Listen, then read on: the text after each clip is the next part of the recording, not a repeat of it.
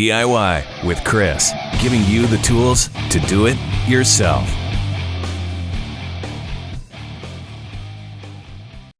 Hello everyone, sorry it's been a while since we've done a video. We've been kind of busy. So today what we're going to do a video on is we're having an issue with our GMC Terrain. We had a very similar problem with our Sierra 2500, and we already have a video on that.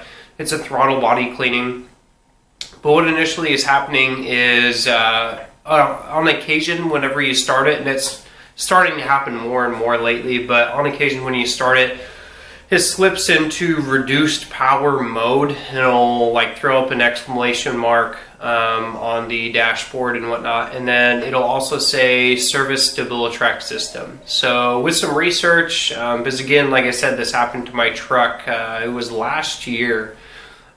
So with the research that I did on my truck, what it came down to, or one of the options that it could have been, was the throttle body not being clean. So the reason why it goes into the reduced power mode and service Stabilitrak pops on is because it senses that there's something wrong with the engine, and so it puts it into reduced power mode. That way it reduces the chance that your engine is going to be destroyed or just have any more problems due to continued use of it. So if you have that problem, you can on occasion just kind of turn it off, wait a little bit, turn it back on, and it can start up again, possibly without that error message.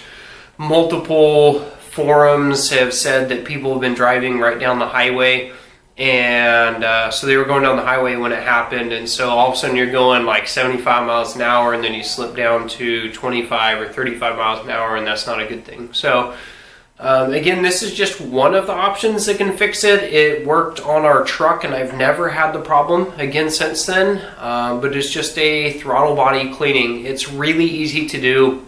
So initially when I heard of that as an option, I had called the dealership, the GMC dealership here, and now granted I am in Alaska and labor rates seem to be a little bit higher here. Across multiple vehicles that I came across, or just ATVs or motorcycles or whatnot. But I want to say I was quoted about $200 to $300 just to clean the throttle body, and honestly, it like this job will cost me absolutely nothing because I already have the spray, I already have a toothbrush and whatnot that I can use on it. So it will cost me nothing, and it will take me about 30 minutes probably. To do this, so it's super cheap. I don't know why anybody would spend that much money on it. They definitely overcharge you for it. So this is one option. When people have taken their car in for the same issue here, they've had some others have had to fix other things, and they said it has worked. Sometimes it comes back, sometimes it doesn't. So just know that this is one option for you. It's a really easy one, and essentially it's free. If you don't have the stuff for it, then really a toothbrush is all you need. As far as tools, and for the actual cleaner, you can go to any auto shop and pick up I believe the bottle costs maybe $10, and it's just a throttle body cleaner or a carburetor cleaner is what it is. So if you're kind of just getting the stuff initially for the first time you're doing it, then maybe it'll cost you about $15, but that's about it. So we'll get right into this. Basically, all we have to do, and it was the same for my truck too, but in order to get to the throttle body, really all we have to do is remove the intake system. Now you don't always have to remove like the box or anything, because that's far enough off to the side that usually doesn't play into it, but we will have to remove is at least the tubing over here.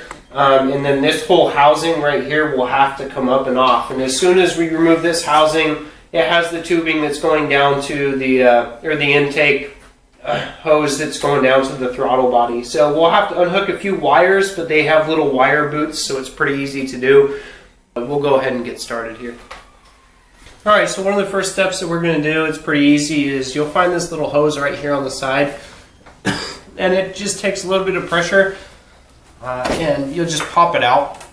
and that's helping hold some of the housing on. The housing won't come off without doing that. So then you just got to remember to plug all this stuff in back at the end. So after you pop that out, now we'll take a screwdriver over to the clamps, start undoing the clamps, and then we'll get a little bit further.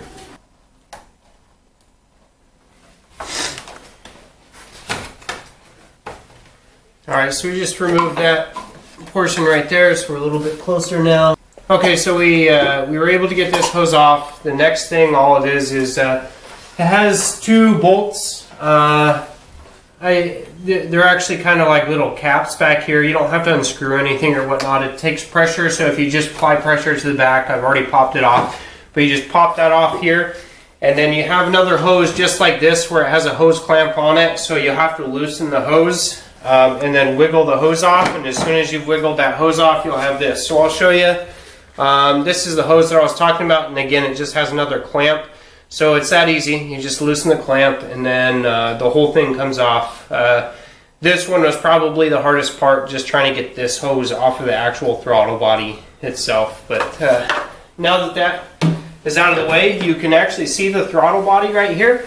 Okay, so this is the throttle body right here. There's a few ways of cleaning this. It just really it comes down to how much risk you want to take on which way you're doing it. So one way of doing it, probably the most appropriate way, is you remove your entire throttle body, which means you just take off the bolts right there and everything, disconnect this wiring boot, which we did that for the truck. So you just take that off, and then you can clean both sides. You don't ever have to hit the little flipper or anything. Then you pretty much you just spray right down in there, and you take the toothbrush and you just clean the whole throttle body head, or the actual housing right there. You'll see quite a bit of dirt and everything. It gets kind of bad, and that's what makes it stick and kind of causes some issues for you. So another way of doing it is you just leave it in here just like this. Due to the electronic portions of this now, because if you look over here on the right side where this wiring boot plugs in, that actually has a chip in there and stuff. So if you go in here and actually manually move this fin by yourself, then it can be said to, I haven't actually seen it happen yet or anything, don't have any experience with it, but it can mess with your chips information and can cause your timing to be a little bit messed up. At that point, you may have to take it into the dealership and have it reset and whatnot. That's not too hard. Should be cheaper than an actual throttle body cleaning itself. So the safest way of doing it is removing your entire throttle body and just cleaning one side at a time, and you don't move that fin at all. The other way you can do it, and I've done it on the truck, and that's kind of the plan on this one, is we're just going to spray in there. I'll move that fin, the absolute minimal possible, in order for me to kind of clean all the aspects of it, and then we'll be done and put everything back together. So currently we're using this right here. So it says carburetor, choke, and throttle body cleaner. It worked last time for us really well. So that's what we're going to use again this time. We just happen to have it still due to the last time we cleaned the throttle body. So we'll go ahead and get started. What you want to do is just do a white spray. You don't want to do too much. We just kind of try and get it all around, and then you can start scrubbing away, and you can really see the stuff come off. It's all the way around the edges. Okay, so now it's just reverse order doing this. So we're going to put this back over the throttle body. Once that's in place, we'll make sure this slips back over just fine. Make sure that those two line up and just press down. Now this is locked in place. All you have to do is press on it. Hook this back up, and then all we have to do is tighten these two hose clamps, and that's it. Alright, so the last thing we got to do is just check and make sure everything still works okay. So we're going to start her up and just see if we have any issues at this point.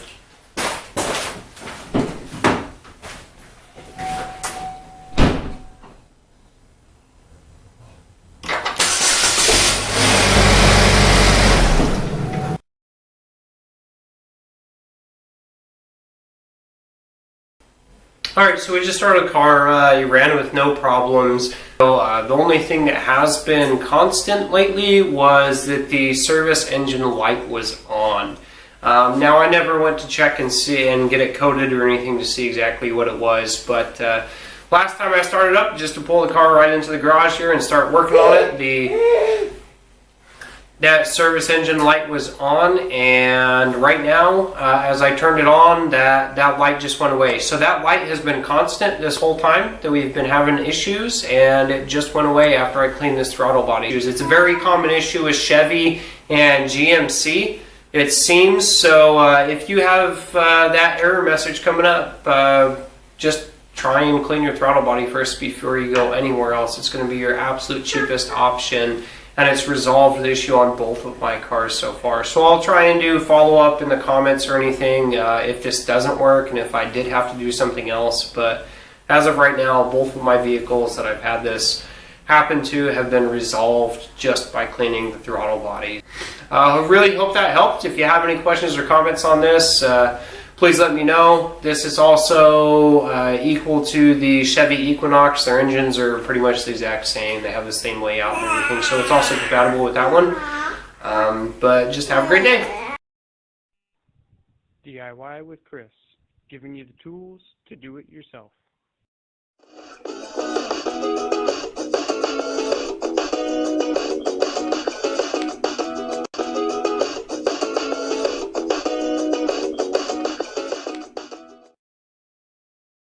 DIY with Chris, giving you the tools to do it yourself.